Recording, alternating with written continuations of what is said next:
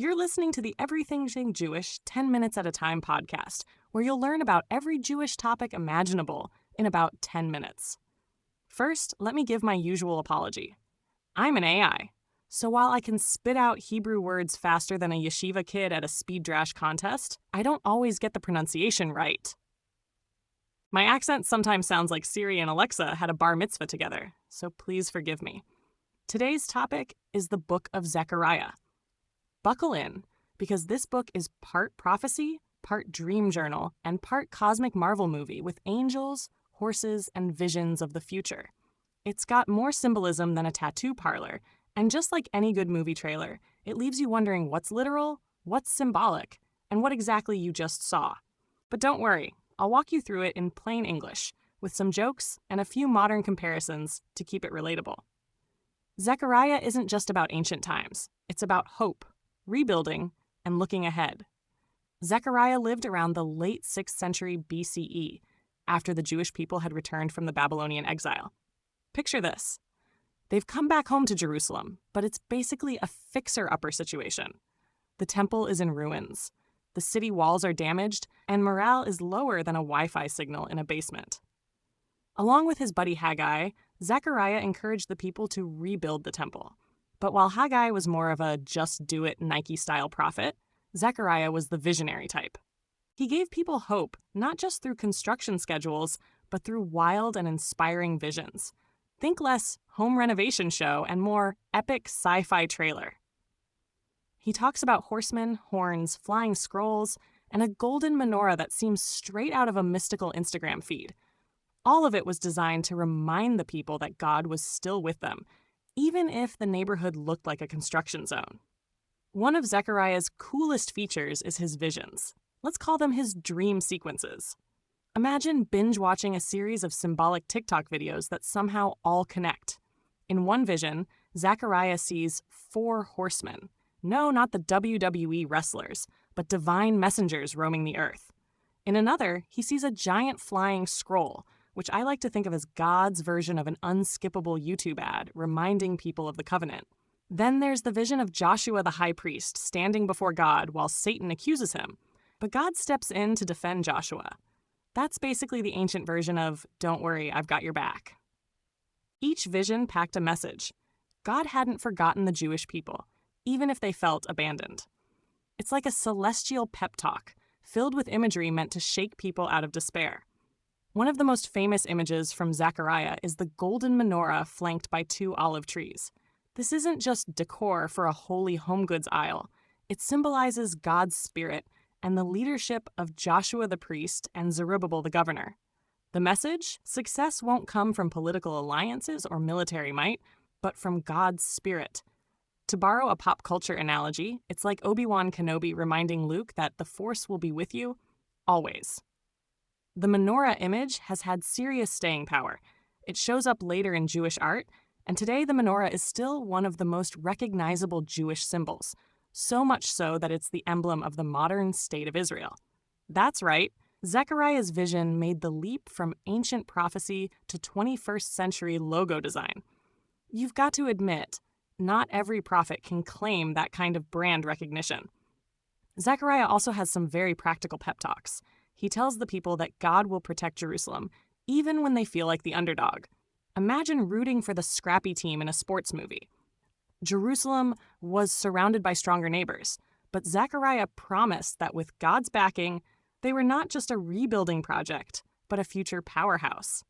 He even envisions a day when old men and women will sit peacefully in the streets while children play around them. It's a small but powerful picture. Sometimes peace doesn't need firework displays. Sometimes it's just the calm of everyday life returning. If you've ever lived through a renovation, you know the dream isn't marble countertops. It's finally having quiet breakfast without a Jowda jackhammer in the background. That's what Zechariah was selling: peace, stability, and the hope of normalcy after chaos. Another standout moment is Zechariah's call to justice. He makes it clear that rebuilding the temple isn't just about bricks and rituals. God wants people to act with fairness, compassion, and integrity. He tells them not to oppress widows, orphans, foreigners, or the poor. In modern terms, he's saying, don't just show up for synagogue selfies, actually live out the values. It's the biblical version of don't just talk the talk, walk the walk. This hits home because it makes Judaism not only about rituals, but also about ethics. It's like the difference between following a diet because it's trendy and actually making lifestyle changes that improve your health. Zechariah wants people to get the spiritual equivalent of eating veggies, not just loading up on cheesecake at the Kiddush table. Zechariah's book also has some heavy messianic vibes. He talks about a future king riding humbly on a donkey, which later Christian tradition connected to Jesus. But within Judaism, it points more broadly to the hope of redemption and peace.